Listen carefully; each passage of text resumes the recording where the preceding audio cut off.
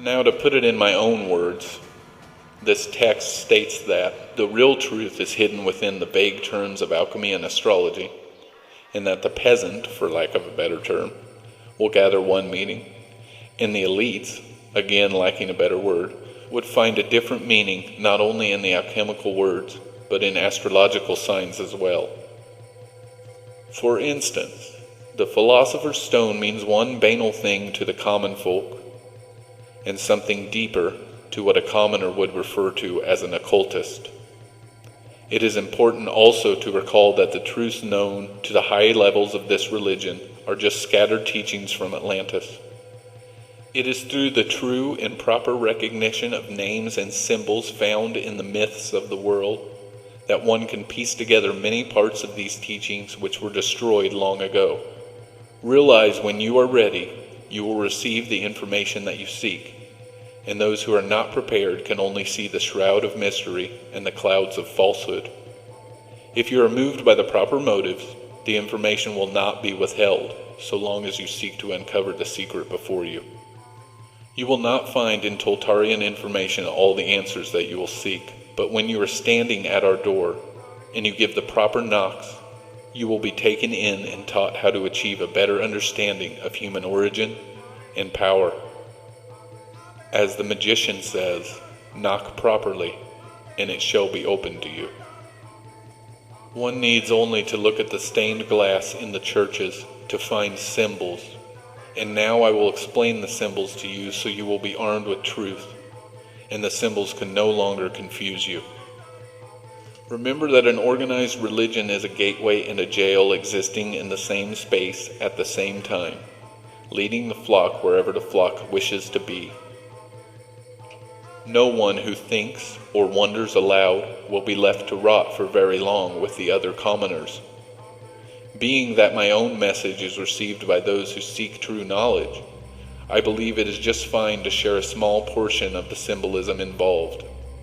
The rose is a representation of the divine, and the cross symbolizes the suffering of mortals. Therefore, the unification of the rose and the cross means enlightenment is only attainable through mortality. The sword and the rose symbolizes that the spirit must be employed during the battle of mortal life, and through this battle one can reward themselves with the rose. The phallic cross represents the universal female and the universal male principles respectively. The crown on the cross shows that the mortality suffered by one who seeks truth will be rewarded with the master's crown. If one possesses knowledge without manifesting the knowledge with action, it is a vain thing akin to fools. Now I'm going to skip over the creation quote-unquote myths of the Rosicrucians, because those can be found through studying Native American lore and Eastern religions. The lowest forms of these stories are found in organized Christianity and in Islam, and a less perverted form is found in the purist Judaism, meaning the non-westernized form in its whole, uncorrupted by egos or cultural boundary. For people who wish to study these creation legends, they should, as always, look to the East. Or if one resides in the West, native studies can help push through the ideas given down to us. In simplest terms, we will find that all things come from one, and no man can truly explain what that one is.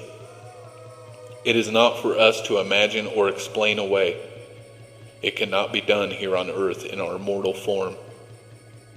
There is no better way to put it, and for a little while this will be the only discussion of creation and origin of life in the universe by my human body. I cannot put such things into words or thoughts. Therefore, no word can be spoken on this matter.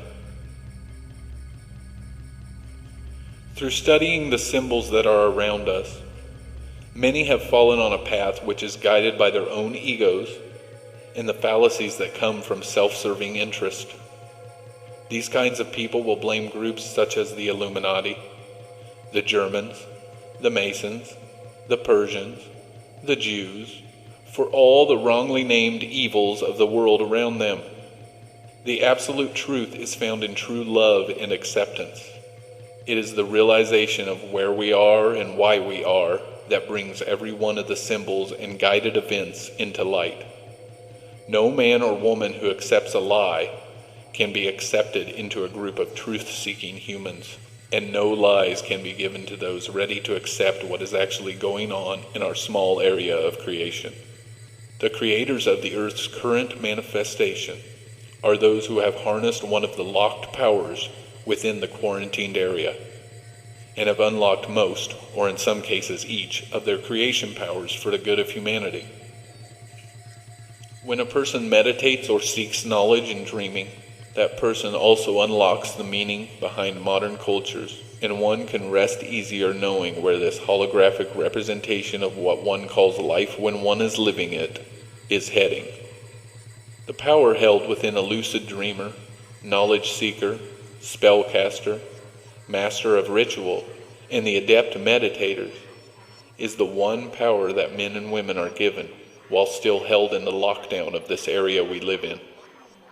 Through these things, many of which are seen as horrendous by the lower reincarnated energies or spirit, we are able to harness the forces bestowed upon us and use them to guide those who we know hold pure intentions or true wonder.